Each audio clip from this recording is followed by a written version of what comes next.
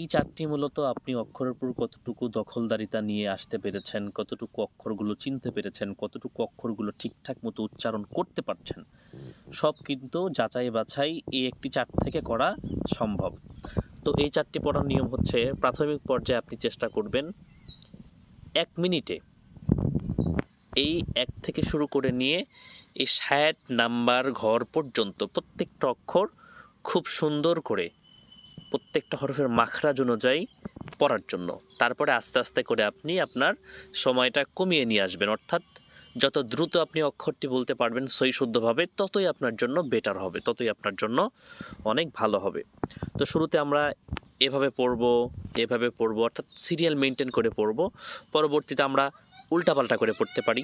যেমন আমরা যদি শুরুতে এভাবে একবার পড়ি, এখান থেকে সবাই লক্ষ্য করেন, নুন, তা, মিম, লাম, র, জিম, ইয়া, দাল, বা, আলিফ, ثا ها خا زا سين كف وا فا حا ذال شين فا نون طا قف صد ميم ها جيم ألف ظا با ضاد عين همزة غين قف غين ضاد لم ألف حا صاد ها ظا عين ميم سين همزة همزة شين তা হা লাম হা ইয়া ত কাফ আইন সা লাম।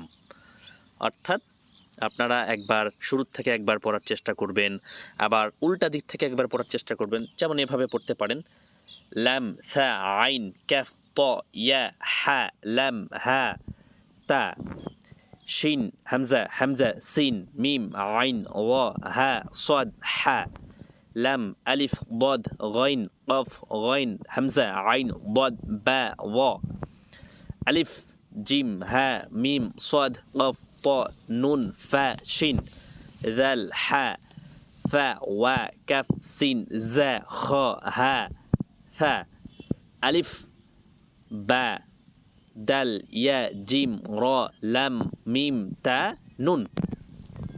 এভাবে উল্টা পাল্টা বিভিন্নভাবে পড়ার চেষ্টা করবেন। আবার একবার এভাবে পড়তে পারেন, নুন, সা, শিন, ওয়া, হা, তা, হা, সাদ, বা, ফা, হা, তা। আবার আপনি এভাবে একবার পড়বেন, এভাবে একবার পড়বেন, এক কথায় যত রকমভাবে পড়া যায়।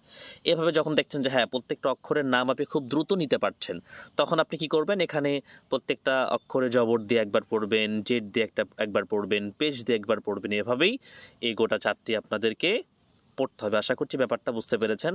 খুব বেশি বেশি প্র্যাকটিস না করলে এই চারটি আপনাদের জন্য পড়া খুব কঠিন হয়ে যাবে। এই জন্য ভালো করে বেশি বেশি মনোযোগ দিয়ে পড়তে হবে এবং লক্ষ্য রাখতে হবে যাতে করে কোনো অক্ষরের মাখরাজ অনাদায় না থেকে যায়, যেন প্রত্যেকটা অক্ষর মাখরাজ সহকারেই উচ্চারণ হয়। তাতে যদি 2-4 সেকেন্ড বেশি লাগে তাতে কোনো আপত্তি নাই, কিন্তু আপনাকে শুরুতে মাখরাজ সহ আদায় করতে হবে এবং আস্তে আস্তে সময়টাকে কমিয়ে নিয়ে আসতে হবে ইনশাআল্লাহ।